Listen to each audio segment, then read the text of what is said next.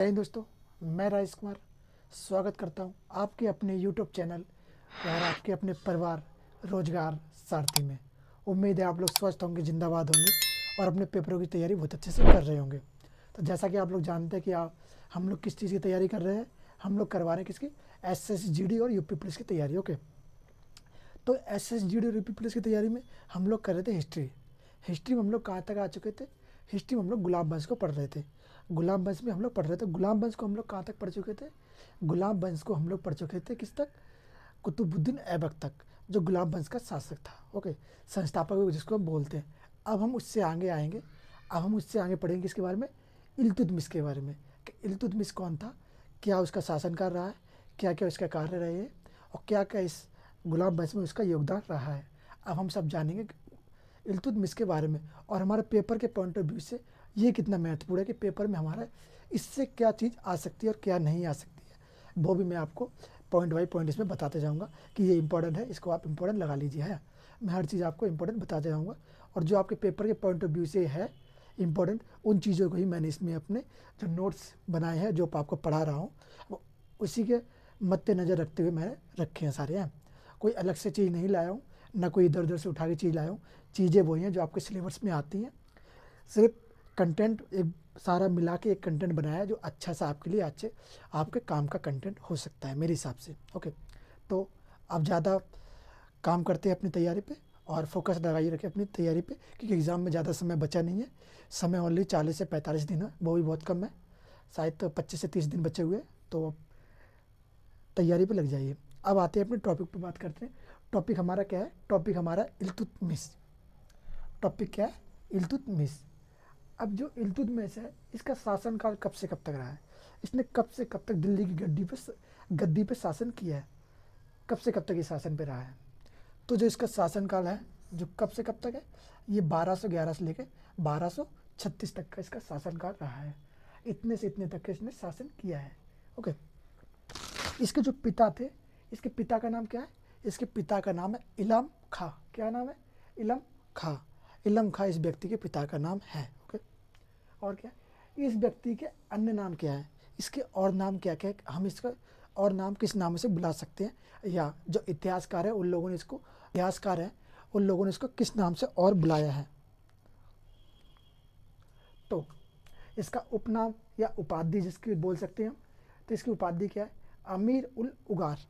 अमीर उल उगार, ये इसकी उपाधि। इसका मतलब क्या होता है भैया कि अमीर उल उगार? तो अमीर उल उगार का मतलब है ईश्वर की भूमि का रक्षक। ईश्वर की भूमि का रक्षक मतलब कि ईश्वर की जो भूमि उसकी रक्षा करने वाला व्यक्ति। बहुत बड़ी उपाधि दे दी इसने अपने आप को, ईश्वर के समान बोल दिया इसने, तो है ना।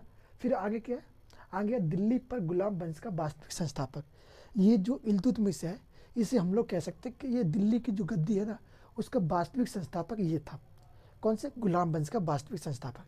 अगर दिल्ली गद्दी पर कोई संस्थापक बोला जाए तो ये है वास्तविक संस्थापक। इसको कहा है इतिहासकार ने कि यही दिल्ली की गद्दी पर वास्तविक संस्थापक था। कौन? इल्तुतमिश। ओके, इसने अपनी राजधानी कहाँ बनाई? इसने अपनी राजधानी दिल्ली को ही बनाया था। ज़्यादातर ने दिल्ली से लाहौर यही बनाते जाएंगे ये लोग, है ना। तो इसने दिल्ली को राजधानी बनाया। और क्या बात है? और क्या है? और इसने क्या है? गुलामों का गुलाम। इसको हम क्या और कह सकते हैं? इसको हम कह सकते हैं गुलामों का गुलाम। क्यों भैया गुलामों का गुलाम क्यों? क्योंकि ये जो गुलाम है, ओके, ये किसका गुलाम था? ये था किसका? किसका गुलाम था? ये था कुतुबुद्दीन ऐबक का गुलाम। कुतुबुद्दीन ऐबक का गुलाम किसका? वो किसका गुलाम था? वो आगे किसी का गुलाम था ना। तो ऐसे ऐसे ये सारे लगातार गुलामों का गुलाम, वो उसका गुलाम, वो उसका गुलाम, वो उसका गुलाम, ऐसे गुलाम गुलाम भाई चले आ रहे हैं। तो ये गुलामों का गुलाम इसको कहा जाता है। ओके, इसको गुलामों का गुलाम कहा जाएगा। ओके, यह भारत का प्रथम वैधानिक सुल्तान था। ये भारत का प्रथम वैधानिक सुल्तान मतलब वैध तरीके से शासन पर किया उसने। ओके, तो ये वैधानिक शासक रहा है, सुल्तान रहा है किस पे? दिल्ली की गद्दी पे। ओके, या भारत की गद्दी पर प्रथम वैधानिक सुल्तान। अब इसके हम लोग जानेंगे कि इसके, आइए अब बात करते हैं इल्तुतमिश के कार्य के बारे में कि इसने क्या क्या कार्य किए और कैसे कैसे कार्य करवाए। ओके, जानते हैं क्या किया इसके कार्य है? पहले जानते हैं इसने क्या किया? तुर्क के चैलगामी का निर्माण करवाया। इसने तुर्क के चैलगामी का निर्माण करवाया और जिसमें क्या था? जिसमें 40 अमीर शामिल थे। 40 अमीर क्यों शामिल थे? इसमें वो 40 अमीर शामिल थे जो उस राज्य के 40 अमीर लोग थे। इनका कार्य क्या होता था कि ये लोग कोई फैसला जब लेते थे तो ये लोग क्या करते थे, जब राजा कोई फैसला लेता था ना तो इन लोगों की शामिल होना ज़रूरी था। इन लोगों को अगर ये लोग शामिल होता, जो फैसला होता था इन लोगों से पूछ के होता था कि ये फैसला सही है तो होगा। तो इन लोगों को 40 अमीरों को शामिल किया गया इसमें। तो तुर्के चैलगामी का निर्माण करवाया गया। तो इनकी महत्वपूर्ण भूमिका रहती थी इसमें। ओके, और क्या है, एकता प्रणाली इसने शुरुआत करवाई। एकता प्रणाली में क्या था कि एकता प्रणाली में जैसे सेना को क्या होता था, सेना को पहले पैसे दे दिए जाते थे, वेतन दे दिया जाता था कि लो भाई अब तुम्हारा ये काम किया तो तुम ये वेतन ले जाओ। पर इसने उस वेतन को चेंज करवा दिया। अब उसने क्या किया, अब तुम्हें वेतन नहीं दिया जाएगा, अब वेतन के स्थान पे क्या दिया जाएगा, वेतन के स्थान पे एक ज़मीन का टुकड़ा दिया जाएगा। क्या दिया जाएगा, वेतन के स्थान पर ज़मीन का टुकड़ा दिया जाएगा। अब ज़मीन का टुकड़ा ही क्यों दिया जाएगा,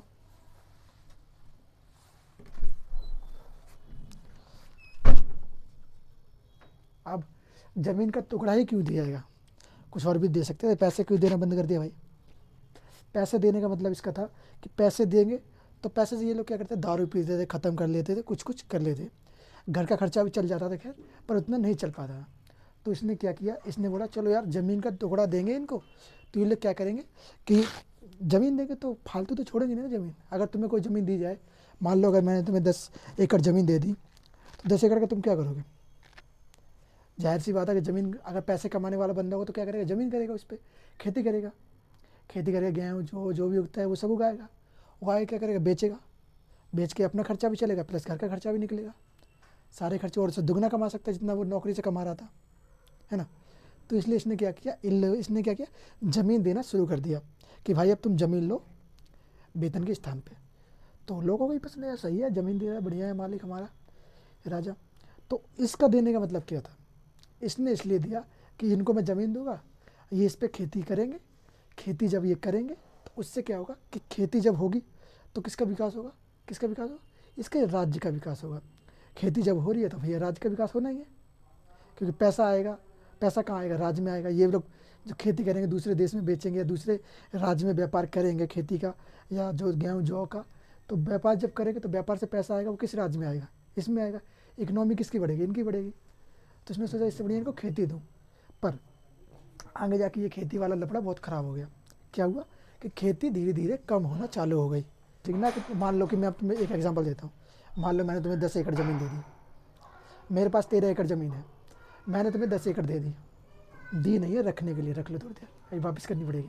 ओके, मैंने दे दी, 10 एकड़ देने के बाद मेरे पास कितनी बची भाई, 3 एकड़ बची ना। अब तुम्हारे पास कितनी होगी, 10 एकड़। तो मैं 3 एकड़ में भाई उतनी खेती नहीं कर सकता जितना मैं 10 एकड़ में कर सकता था या 13 एकड़ में कर सकता था। ओके, तो बात यह है कि 10 एकड़ और 13 एकड़ में फ़र्क पड़ता है। अब मेरे पास 3 एकड़, आपके पास 10 एकड़, मेरे पास तो कम बढ़ेगी ना, आपके पास बढ़ेगी। तो ऐसा ही हुआ इसके साथ, इसने ज़मीन देना तो शुरू कर दिया पहले, पर धीरे धीरे ज़मीन की कमी होना चालू हो गई। सरकार के खाते में ज़मीन कम, बोल सकते शासन में ज़मीन कम और लोगों के पास ज़मीन ज़्यादा हो गई।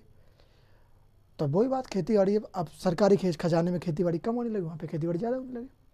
तो ये एग्जाम मेरी, हाँ अच्छा, मैंने जो दी थी ज़मीन 10 एकड़ मेरी वापस कर दो भाई। अब बात करता, अब आते हैं टॉपिक पे। टॉपिक क्या है, अच्छा ये ज़मीन की बात होगी, टुकड़ा दिया और फिर इसने कहा कि वेतन के स्थान में हम ज़मीन का टुकड़ा दिया करेंगे। ओके, अब बात करते हैं और क्या क्या इसने चांदी की मुद्रा का चलन किया। चांदी की मुद्रा कौन सी, जिसका नाम था टका, या फिर इस पर क्या होता है, टकसाल। टका पे क्या होता है, टकसाल का सिक्के पर लिखना, क्या लिखना, उसका नाम। क्यों, क्योंकि उस समय जो इस सिक्के को चलवाता था ना, जैसे मान लो कि तुम हो, तुम्हारा नाम विक्की रवि या कुछ भी हो सकता है, राजेश, कुछ भी समथिंग, है ना। तो आपने एक सिक्का चलवाया कोई सा, आप मान लो उस समय एक राजा हो, समझ लो भाई, मानो कि राजा हो, है, मान लिया आप राजा हो, आपने बोला कि भाई ये सिक्के हैं, चांदी के सिक्के चलवाओ, इस पर मेरा नाम होना चाहिए या मेरी फ़ोटो होनी चाहिए या मेरा कुछ प्रतीक चिन्ह होना चाहिए। तो उसको बोल रहे टकसाल, अपना उस पर हस्ताक्षर या फिर अपना उस पर कुछ प्रूफ छोड़ना। ओके, उसको बोल टकसाल, अपना प्रूफ छपवाना उसके ऊपर, सिक्के के ऊपर। तो क्या होता है, इसका नाम लिखा जाता था, जिसने इसको छपवाया उनका नाम लिखा जाता था सिक्कों पर। ओके, सिक्कों पर उनका नाम लिखा जाता था। आप लोगों ने देखा होगा कि 1 रुपये का सिक्का होता है या 2 का होता है, या 1 और 2 के जो सिक्के होते हैं उनमें कभी किसी किसी पे स्टार बना हो तो देखना, कभी ध्यान से देखना। अगर अभी आपके पास है तो उसमें देखना, उस पर 1 रुपये का सिक्का होगा तो उसमें किसी में स्टार बना होता है, किसी में चांद की आकृति होती है, किसी में एक बिंदु होता है ना। तो ये अलग अलग सिक्के अलग अलग स्थान पे बनते हैं। कोई हैदराबाद में बनता है ना, कोई आगरा में, वो उसमें एक जगह है ग्रेटर नोएडा में, वहाँ पे एक सिक्का बनता है। तो ये बहुत सी जगह में सिक्के बनते हैं। मैक्सिमम 4 जगह हैं जहाँ ये सिक्के निर्माण होते हैं। उन चारों जगह पे अगर आपको किसी भी स्टार है तो समझ जाओ कि वो हैदराबाद का बना हुआ सिक्का है। ओके, तो ऐसे ऐसे जगह के अलग अलग जगहों के सिक्के बने होते हैं। तो ऐसे ये काम करवाता है कि इससे पता चल सके सिक्का चालू किसने करवाया, किसने ये प्रचलन में लाया। ओके, फिर क्या था, और क्या है, तांबे की जीतल। इसने क्या किया, तांबे की जीतल का निर्माण करवाया, तांबे की जीतल चालू करवाई। एक तरीके के वो भी सिक्का ही था उस समय का। ओके, जिसे हम जीतल कहते थे, क्या जीतल। ओके,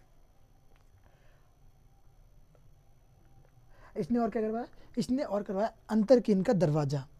इसने अंतरकीन का एक दरवाजा उसका निर्माण करवाया। और कहाँ पे है, ये है नागौर।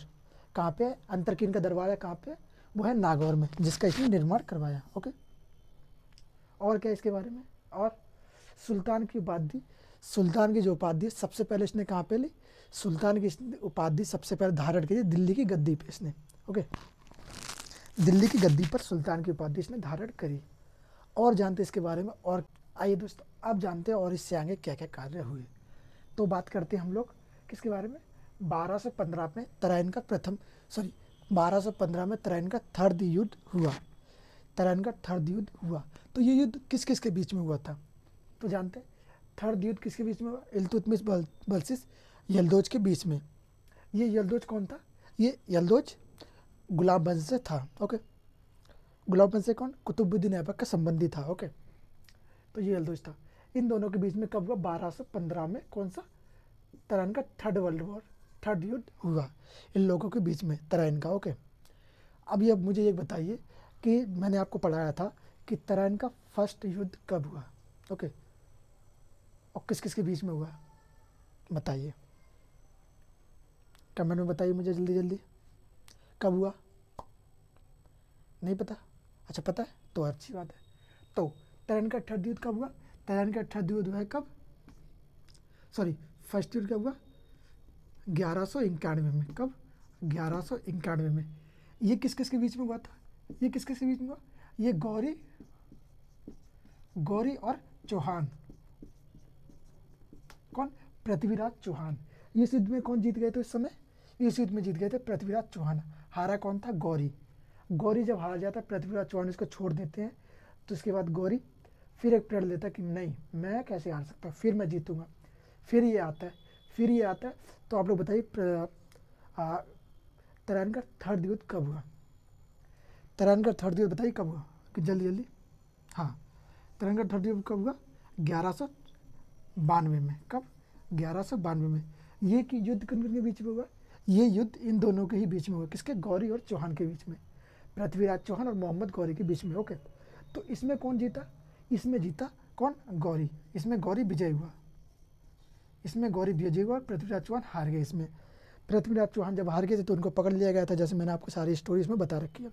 अगर ये सारी स्टोरी आपको जाननी है तो उस वाली वीडियो को आप लोग देख लीजिए, सारा टॉपिक आपको समझ में आ जाएगा। फिर आप लोग इस पे आएंगे तो पूरी चीज़ अच्छे से समझ में आएगी आपको, है ना। तो पहले पुराना पढ़ लीजिए, फिर आगे पे आइए तो चीज़ें अच्छे से समझ में आती हैं।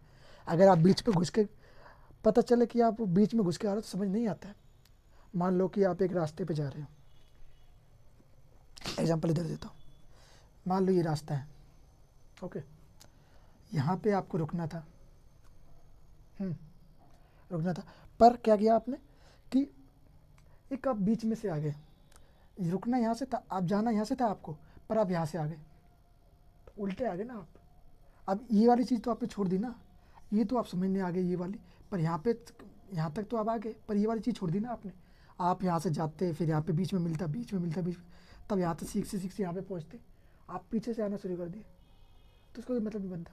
तो एक दिशा वाइज चले, एक पैटर्न वाइज चलेंगे तो चीज़ें अच्छे से समझ में आएंगी। सारा लाइन बाई लाइन लेके चलेंगे तो समझ में आने वाली चीज़। ओके, तो वो खैर बहरहाल अलग अलग बात होगी, जैसे इसकी इच्छा।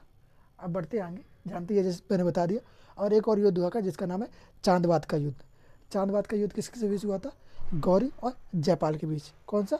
गौरी और जयचंद्र के बीच, सॉरी जयपाल बोल रहा हूँ, गौरी और जयचंद्र के बीच में वो युद्ध हुआ था। ओके, कब हुआ था? 1194 में। ओके, 1194 युद्ध हुआ, जिसे क्या कहते हैं? चांदबाद का युद्ध कहते हैं। ओके, अब और आगे जानते हैं और क्या हुआ।